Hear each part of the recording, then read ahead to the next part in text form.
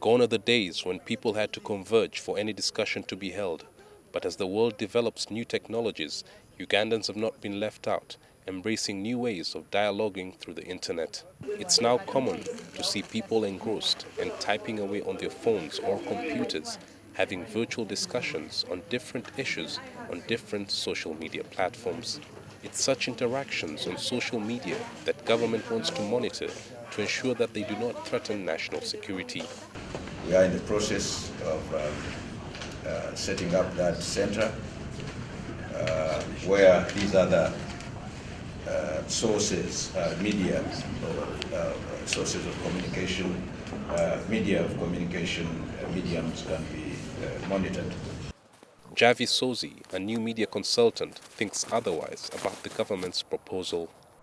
It looks like everything is going to go away, and there won't be any more privacy, there won't be any more freedom for people to express themselves. And that's, even though the government says that it's going to be an issue of national security, but in many ways it's looking at targeting people who use social media to critique the government and people who use social media to share information that actually looks at transparency and accountability in the government.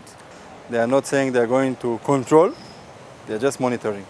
They are monitoring SMSs, they are monitoring phone calls. It's done all over the world, everyone are monitoring. It's okay, they are monitoring any media. It's okay, as long as it is remaining monitoring. According to experts, if implemented, the government will have the capacity to trace the origin of the message that it deems unfitting.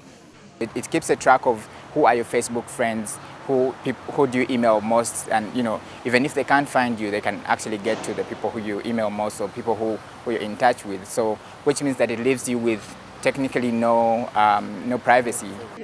Uganda now has approximately 3 million people on social media, but bearing in mind the impact social media had in the Arab world, players believe the numbers in Uganda cannot threaten national security. If we are going to compare ourselves to Tahrir Square, look at the number of people that were in Tahrir Square for those many months and kept chanting, let's go, let's go, let's go. I think that we can create an impact, yes. We have created an impact, but it is not going to be as big as the Arab Spring just yet. Experts believe that if government is to fully implement the plan, it has to invest heavily in infrastructure. The infrastructure is still really bad. The internet is very costly.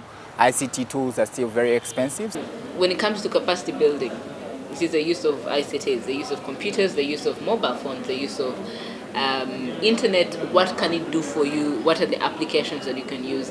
I think that is where they need to start. If you're looking at tweets from hundreds of thousands of people from Uganda, we need to be able to capture and make sense of them in a very short time. That's the only way a center like that could make sense or move towards achieving its objective. The other concern is the timing by the government and whether it's worth it. I think that it's reactionary, and because it is reactionary, it causes a lot of questions, poses a lot of questions in how this is going to be feasible. With the increasing number of people now embracing social media, the Ugandan government believes the move will help combat crime that may possibly arise from these platforms.